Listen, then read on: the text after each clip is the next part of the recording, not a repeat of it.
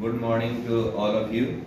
Today is Tuesday, and today's topic of class is management of pulmonary tuberculosis, also called pulmonary coughs.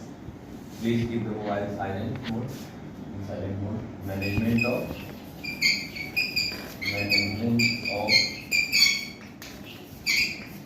pulmonary coughs.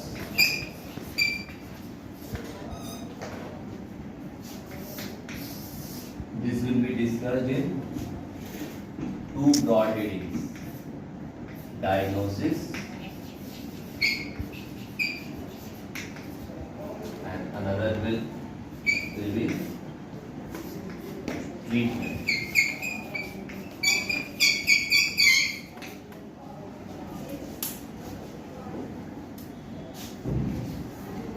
Now coming to the diagnosis part. There are various diagnostic modality for pulmonary coughs. Number one is nucleic acid amplification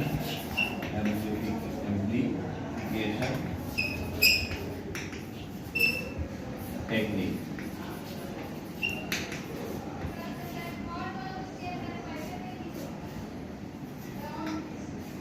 Number two is microscopy.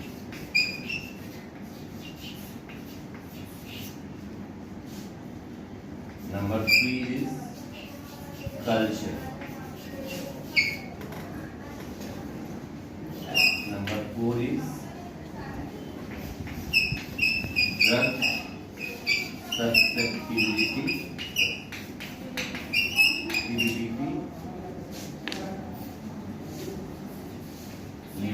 testing, also called DST, drug susceptibility testing. Number five is radiographic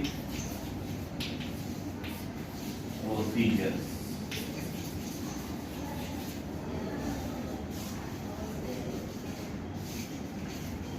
Number six is additional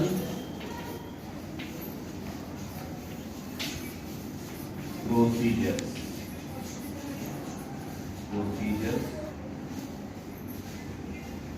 for diagnosis of pulmonary coughs. Number seven is serologic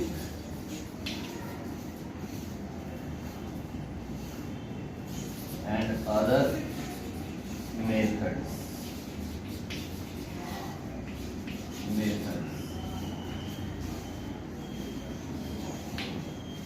And number eight is diagnosis of M. tuberculosis infection. So these are the 8 broad areas under which diagnosis of pulmonary coughs will be dealt with.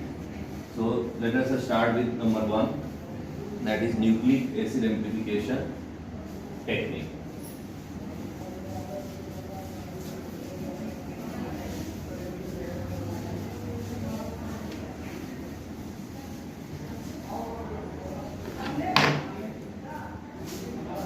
Under nucleic acid amplification technique is now the first line diagnostic modality for all types of tuberculosis, and it is now WHO recommendation to treat as a first line diagnostic modality for all types of tuberculosis.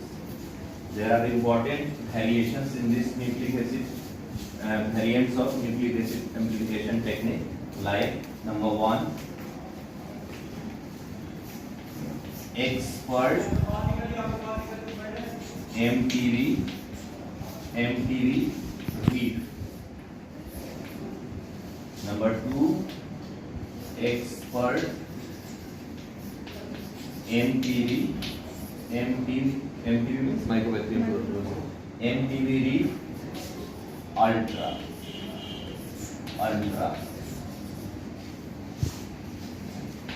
Number 3 is TrueNat.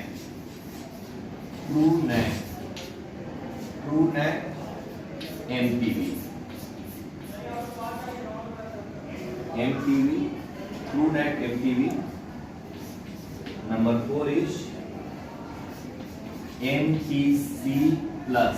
MTC stands for Mycobacterium tuberculosis complex. And number 5 is TB LAMP. LAMP stands for loop mediated isothermal amplification temperature independent technology. So these are the 5 modalities of nucleic acid amplification technique. Now few lines regarding each.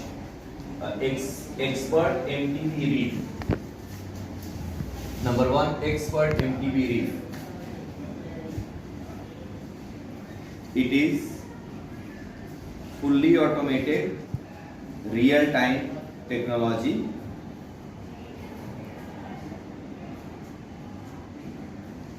The unique feature of expert MTV reef is that it detects tuberculosis infection as well as rifampicin resistance within 2 hours. And this expert MTV reef has been recommended by WHO for detection of pulmonary TB in adults as well as in children. WHO has also recommended it for the detection of pulmonary coughs in people living with HIV. And its overall sensitivity of expert MTV reef is 85%. Now the second one is expert MTV reef ultra. This is also based on the same principles. The only difference is that overall sensitivity of ultra, expert MTV reef ultra is 90%, whereas it was 85% in case of MTV reef. Now TrueNat MTV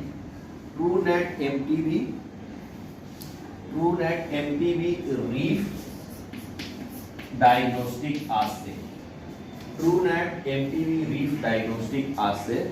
It assesses rifampicin resistance with 93% sensitivity and 95% specificity. Now the MTC plus. This is a molecular technology for the detection of Mycobacterium tuberculosis complex like Mycobacterium avium, Mycobacterium intracellular, Mycobacterium gordonii, and Mycobacterium kansasai. It is specifically for Mycobacterium tuberculosis complex, and Mycobacterium tuberculosis complex comprises of Mycobacterium avium, Mycobacterium intracellular, Mycobacterium. Now coming to the fifth one, TB LAMP. This is a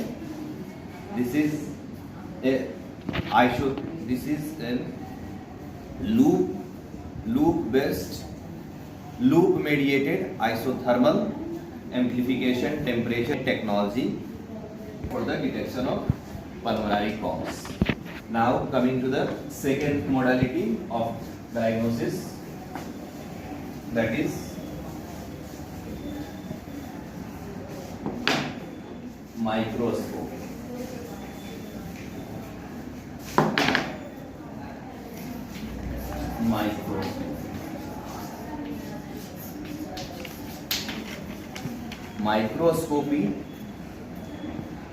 Microscopy of specimens like sputum, and tissue obtained through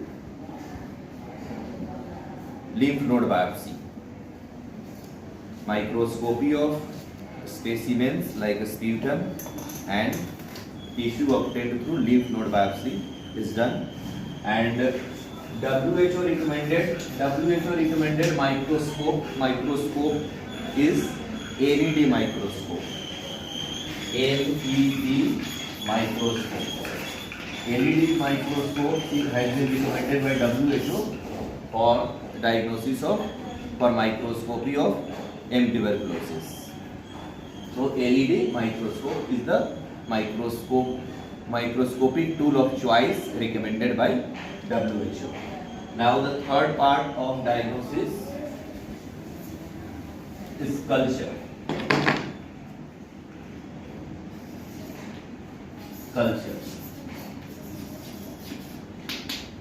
There are broadly 3 types of culture media that are used nowadays for the detection of Mycobacterium tuberculosis. Number 1 is MGIT. That is Mycobacterium growth indicator tube. MGIT. Number 2 is middle group.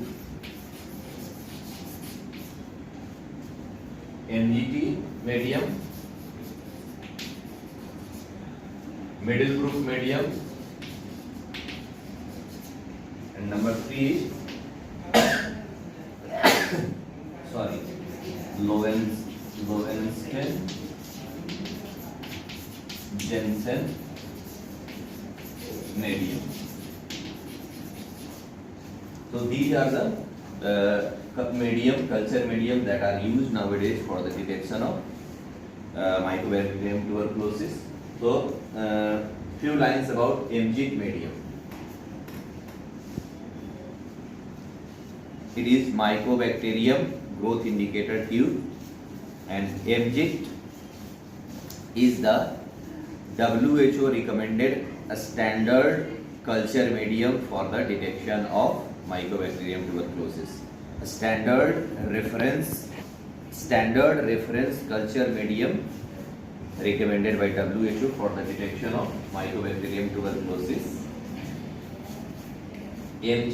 MGIT system uses a fluorescent compound that is sensitive to the presence of oxygen dissolved in liquid medium.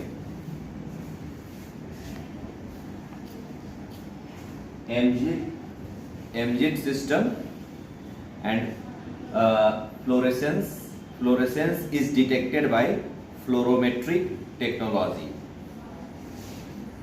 And MGIT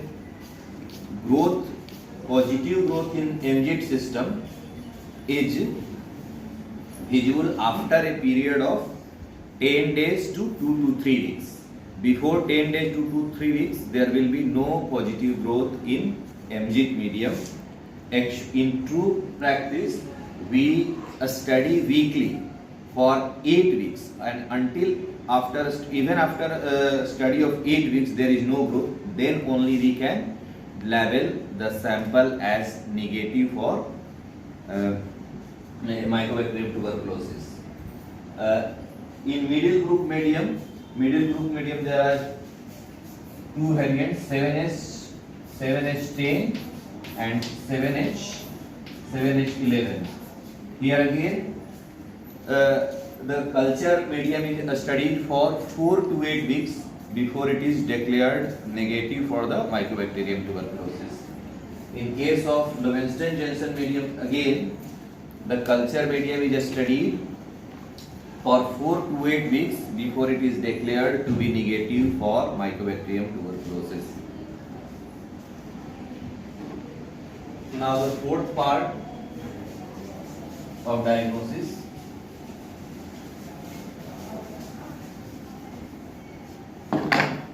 is drug susceptibility testing, DST. there are drugs susceptible by WHO. There is recommendation for universal drug susceptibility testing. Means you have to look after about all the anti-tuberculous drugs, whether the bacteria is susceptible to the drug or not. But we preferably do the drug susceptibility test against rifampicin, because resistance against rifampicin is a close proxy for the multiple drug resistant tuberculosis, MDR-TB. Resistance to rifampicin is a close proxy for MDR-TB. There are certain techniques for drug susceptibility testing, and expert, as I already told, expert MTV read, expert MTV read ultra, because this also assesses the resistance to rifampicin. TrueNAT MTV read diagnostic assay. This also assesses the resistance for rifampicin.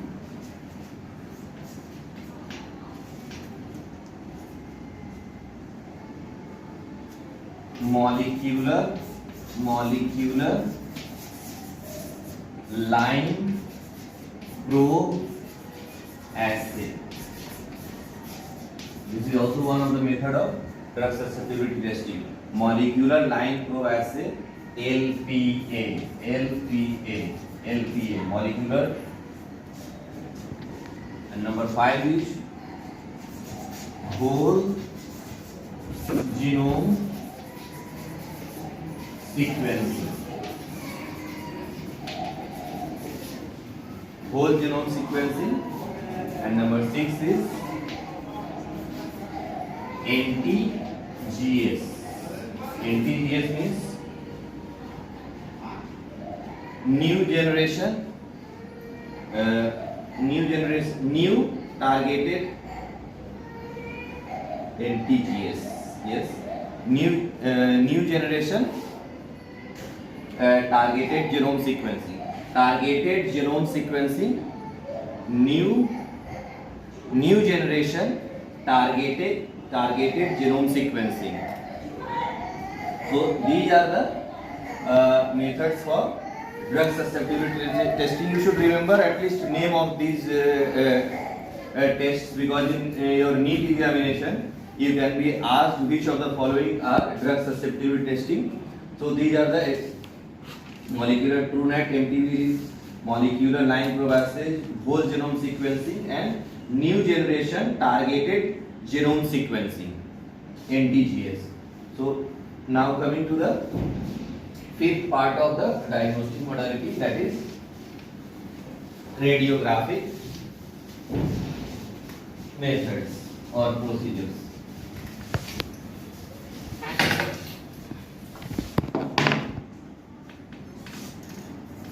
Fifth is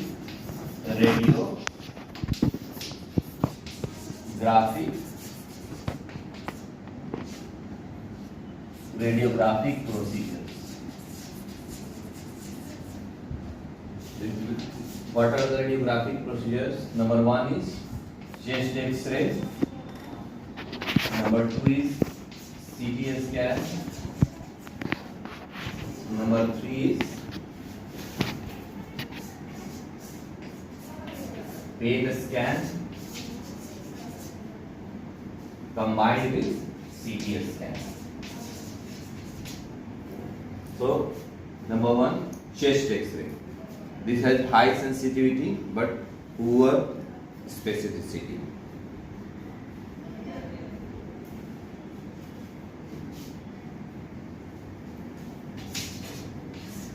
Classical pattern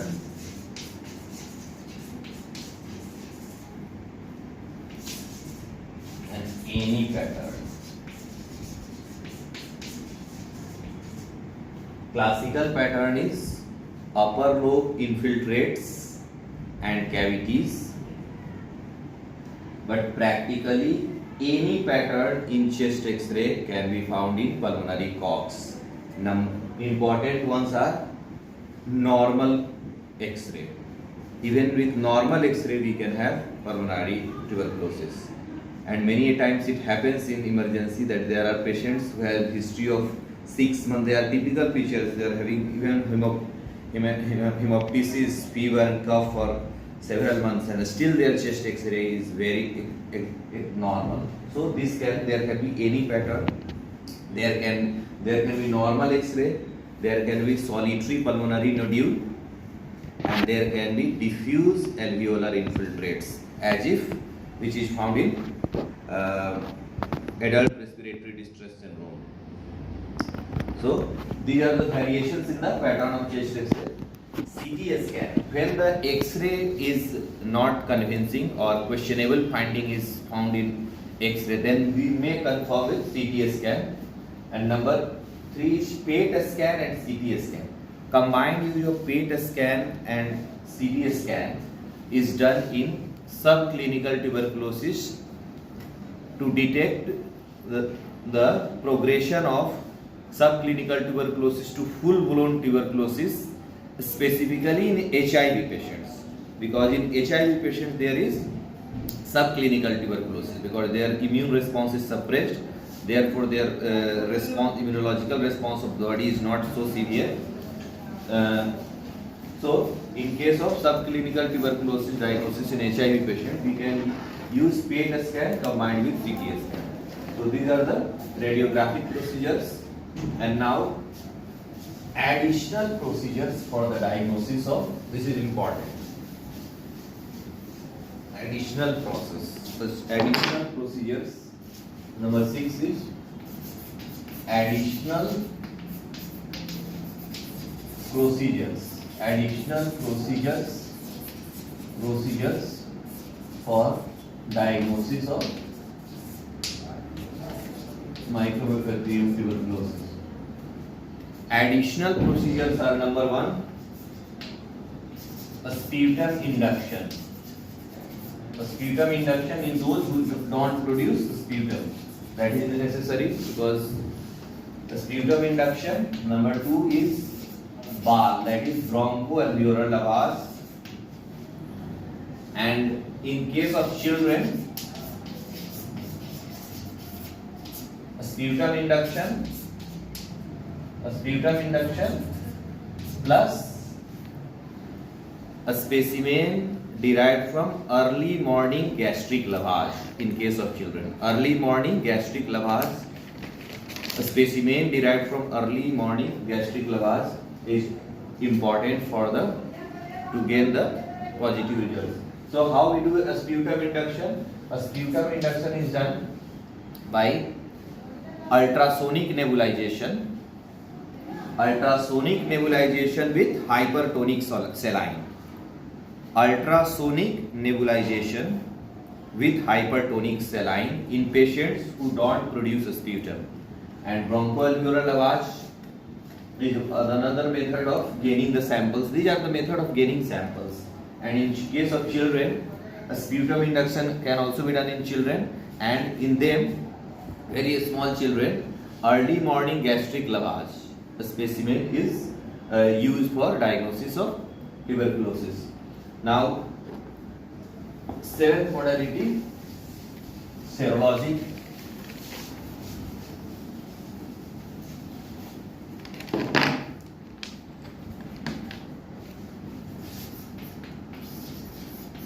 Serology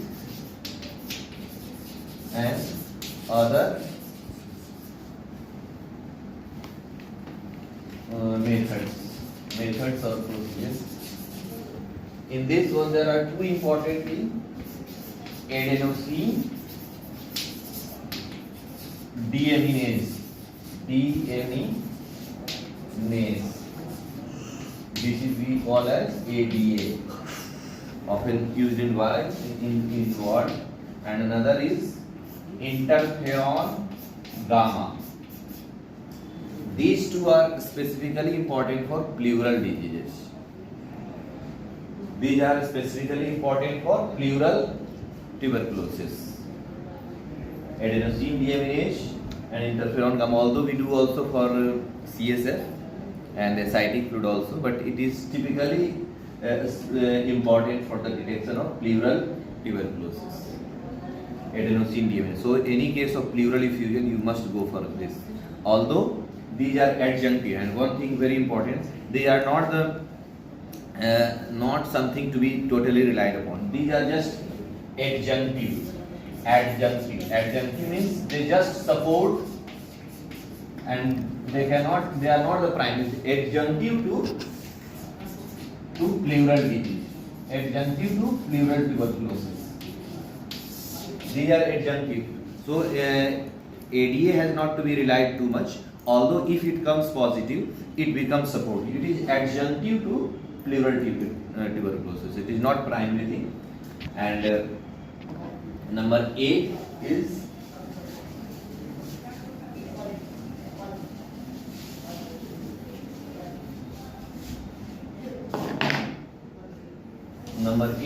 diagnostic modality, and that is the last one. Detection of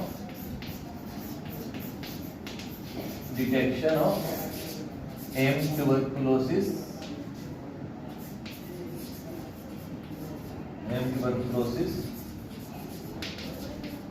infection.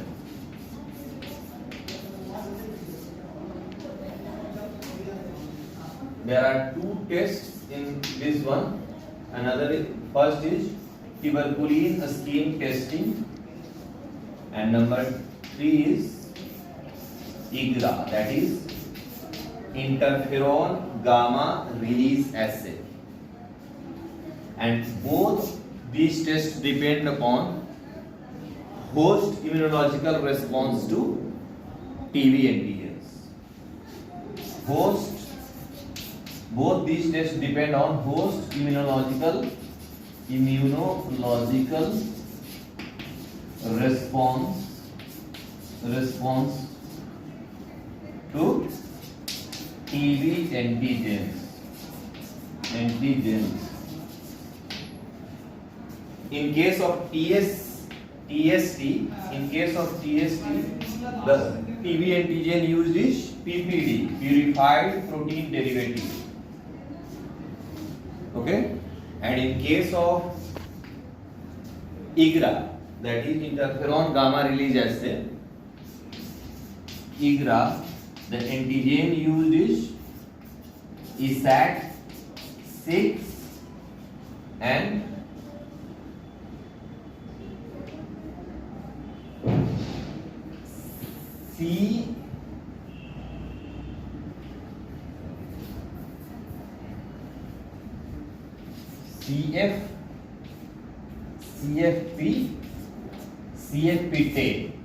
CFP10 is at 6 and CFP10. These are the antigens used in IGRA, and there are 2 kinds of interferon gamma release assays. Interferon gamma is released by T cells when we stimulate them with these antigens, and there are 2 tests for measurement of interferon gamma released by T cells, and their names should be remembered by you. T-spot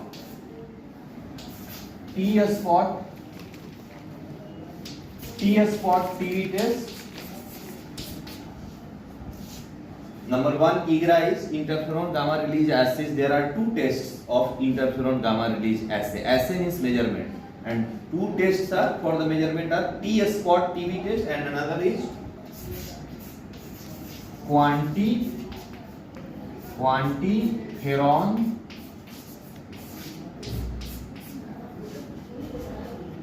TB gold test. Quantiferon TB gold test, T-spot TB test, and quantiferon TB gold test. These are 2 tests. This is enzyme linked immunospot assay, and this is enzyme linked immunosorbent assay. A spot is a spot, enzyme linked immunospot assay, T spot TB test is enzyme linked immunospot test and assay, and it is quantiferon TB gold test is enzyme linked immunosorbent assay. So these are the methods of detection of pulmonary tuberculosis. And now I am coming to the treatment part.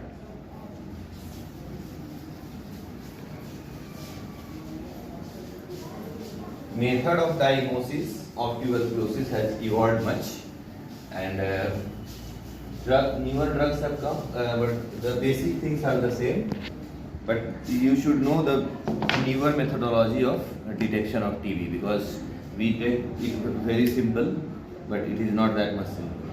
When we will proceed in our career, we might use several of these things in future. Next 10-15 years, we will be using quantiferon. Quantiferon gold test is even today used nowadays. Now the treatment part. Treatment part of the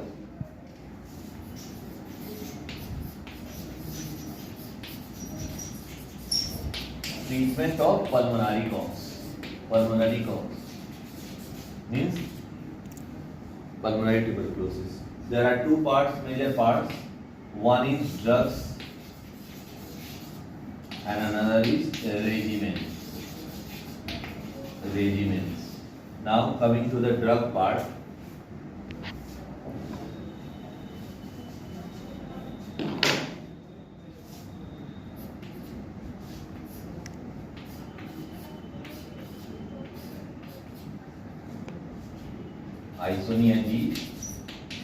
Isoniazid, rifampicin, also called rifampicin, pyrazinamide,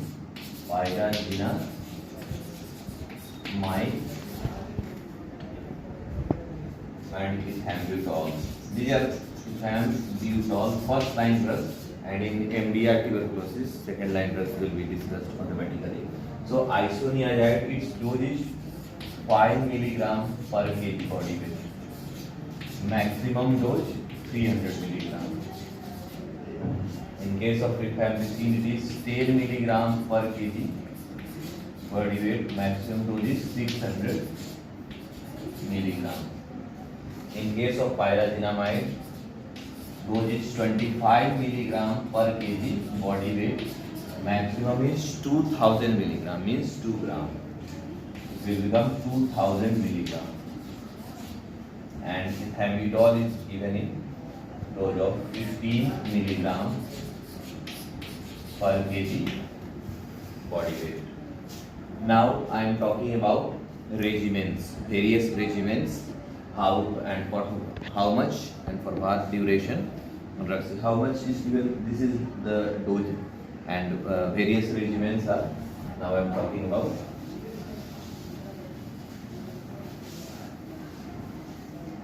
In regimens,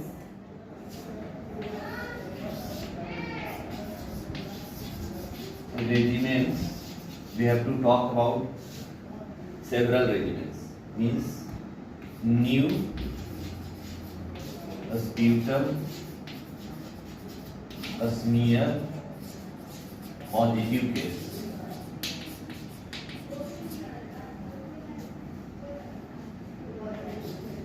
New, a sputum, a smear, negative case.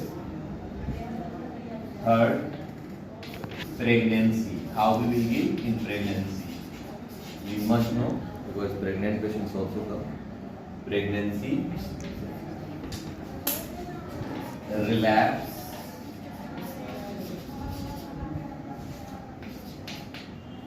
treatment default,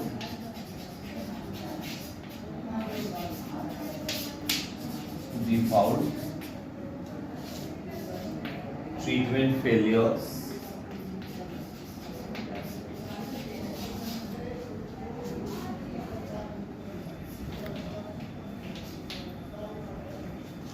resistance to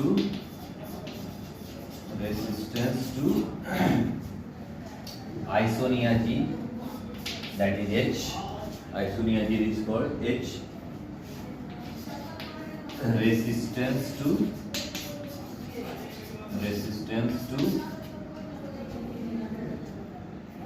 rifampicin. In fact, resistance to rifampicin is close proxy to MDR-TV, multiple drug resistance. But MDR is called when there is resistance to both, resistance to H and R, then it is called MDR. Resistance to H and R. And number 10 is there is called XDR, extensive drug resistance. XDR. And number 11 will be intolerant resistance to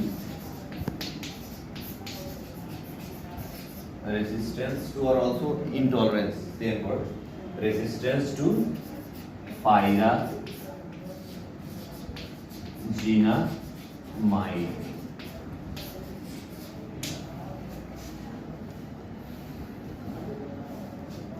In these three, the treatment becomes safe. Now I am talking of one by one. In a sputum smear positive cases, we give treatment for 6 months. 6 months, and it is, and in new smear negative case, we give for 6 months. In case of pregnancy, we give it for 9 months. 9 months. And relapse, treatment default and failures, we first assess for which drug, because which drug is not sensitive. So we do rapid drug susceptibility test, whether the patient is not responding to rifampicin or isoniazid, and accordingly we treat the patient.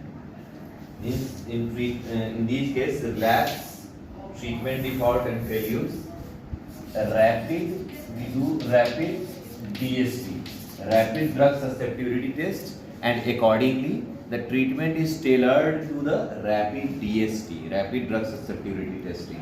We find out which drug is not working in this case. That's why there is relapse, means patient has again developed the tuberculosis. It means there is some drug which was given was not effective for that patient, and for that we need drug susceptibility testing. For case of failures, why patient is taking medication and still patient is not responding, it means there is some problem that in working of the action of the drug. So we do drug susceptibility. Here lies the importance of drug susceptibility testing, which I was talking in management diagnosis part. So, and resistance to isoniazid.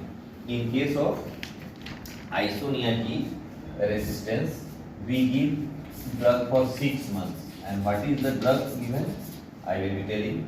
And the resistance to pyrazinamide, again it is given for 9 months. 9 months in case of pyrazinamide. 9 months.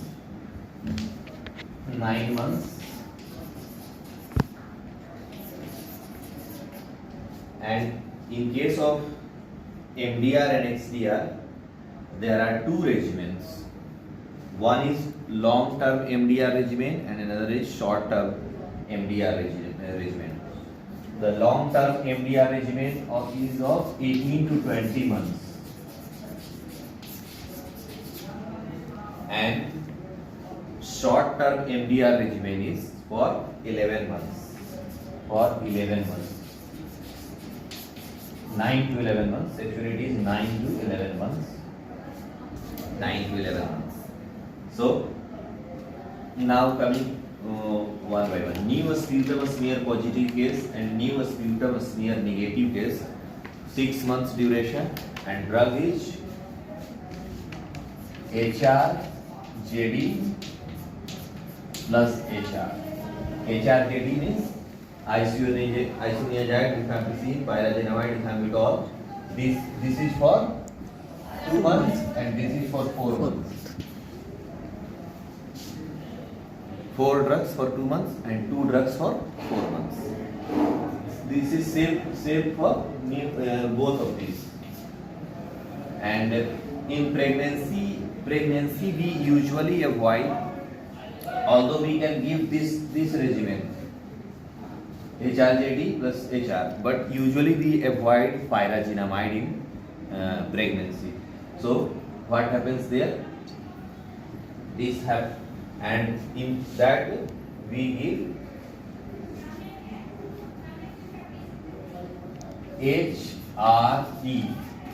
HRE plus HR. This is for 2 months and this is for 7 months. In case of pregnancy, this 2 month, same, just we withdraw the pyrazinamide. HRE for 2 months and HR is extended for 7 months. So in pregnancy we give for 7 months 2 HRE plus 7 HR. We will withdraw ethambutol and rest will be the same. And now resistance to, in case of resistance to isoniazid, what we do in isoniazid resistance, we withdraw this much. So RZE, and then we use quinolones, and this rifampicin, pyrazinamide, ethambutol, and quinolone, and one quinolone, any quinolone, levofloxacin, moxifloxacin, and this is throughout 6 months. 6 months. In case of isoniazid resistance or resistance, we give 6 months of RZEQ. Okay.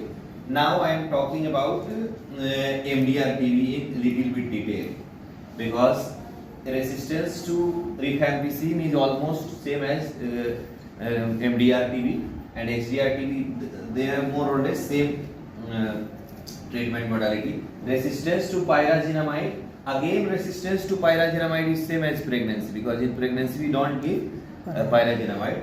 So in case of pyrazinamide resistance, what we do is 2 plus 7, मतलब HRE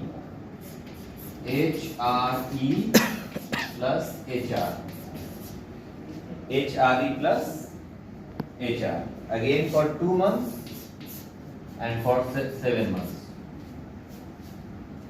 Same pregnancy and resistance to pyrazinamide is same, because in pregnancy there we don't give pyrazinamide. So 2 HRE plus 7 HR, 9 months. And now talking about MDR tuberculosis, management of MDR tuberculosis. That is equivalent to resistance to rifampicin. Although MDR means resistance to rifampicin as well as at least rifampicin and isoniazid. H and R.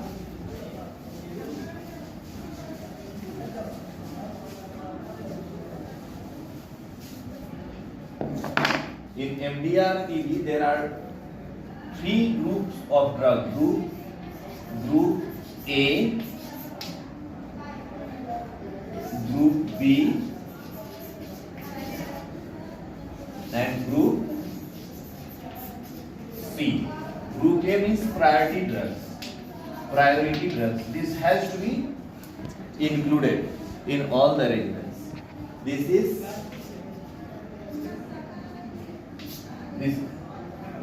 Group B has to be included in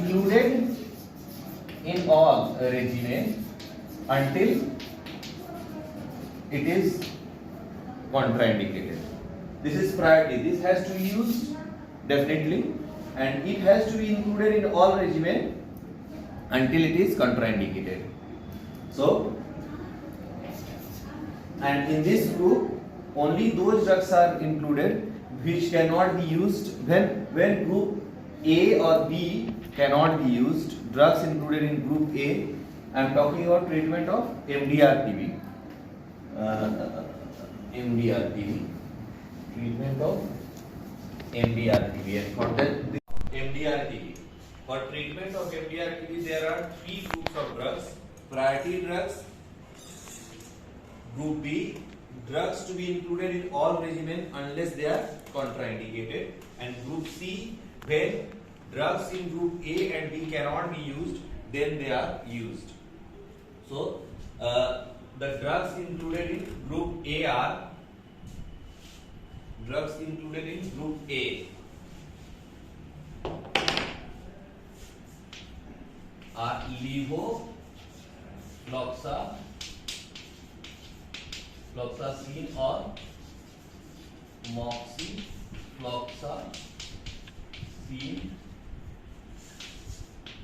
Number 2,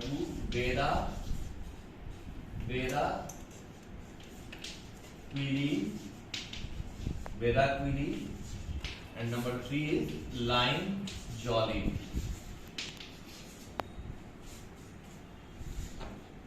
Drugs included in Group B.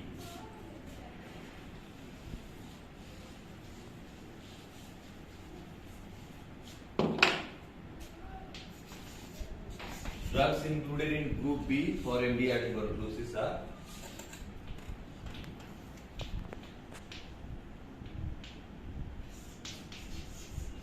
clofazimine,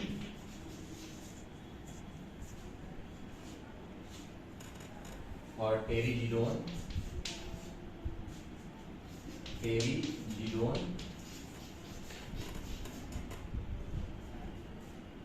and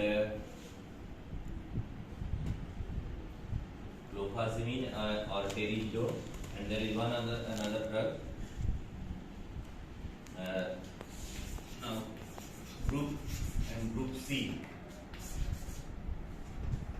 In Group C, there are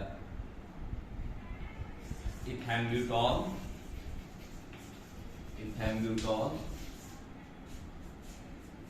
pyrazinamide,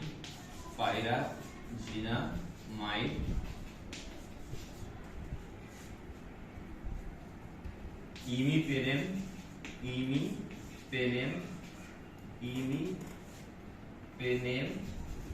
cilastatin,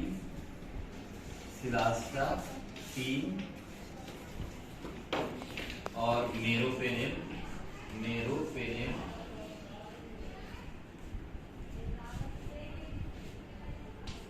delamine,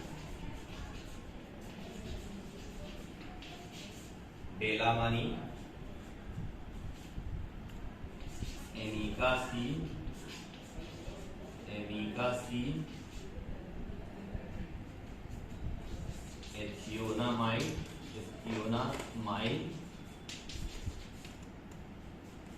और prochyonamide, and para-amino-salicylic acid. Ethambutol, pyrazinamide, imipenem, cilastatin, delamine, amikacin, or also streptomycin,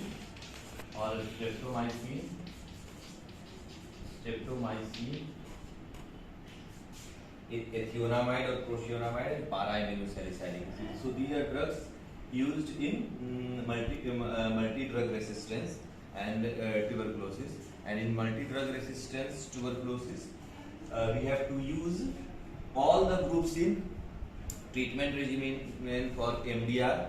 In longer duration MDR-TB, we use all drugs in Group A, means levofloxacin, moxifloxacin, bedaquiline and linezolid, and at least one drug from the Group B. This is the regimen for all the drugs in Group A, and at least one drug from Group B is included in the MDR tuberculosis. And for there are two kinds of regimen: longer duration, shorter duration. In longer duration regimen, we give drugs for 18 to 20 months, and when we give shorter duration regimen, when the disease is not extensive and when there is no history of use of second line anti-tubercular drug, and when the patient is not resistant to fluoroquinolones. In those cases we give a shorter regimen, and shorter regimen consists of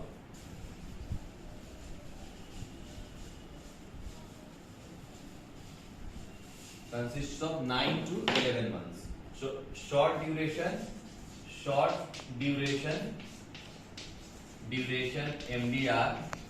MDR regimen consists of bedaquiline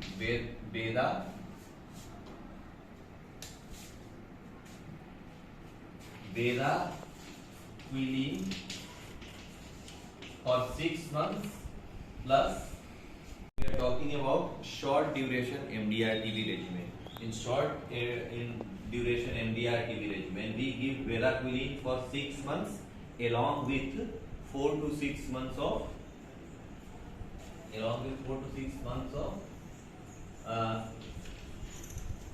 levofloxacin or moxifloxacin, ethambutol,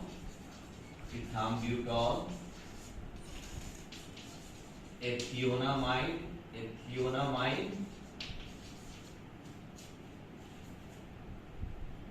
high dose isoniazid. Yes, here is the role of high dose isoniazid in 10 to 15 milligram per kg body weight. 10 to 15 milligram per kg body weight. Pyrazinamide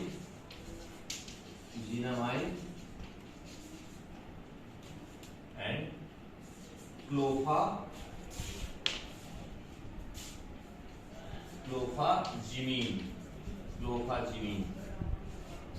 Bedaquiline for 6 months plus along with 4 to 6 months of levofloxacin or moxifloxacin, ethambutol, ethionamide, high dose isoniazid, pyrazinamide and clofazimine, and this is followed by 4 to 6 months of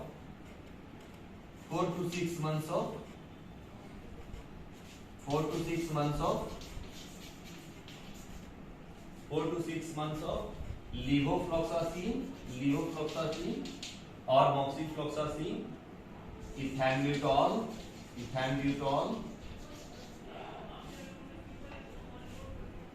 pyrazinamide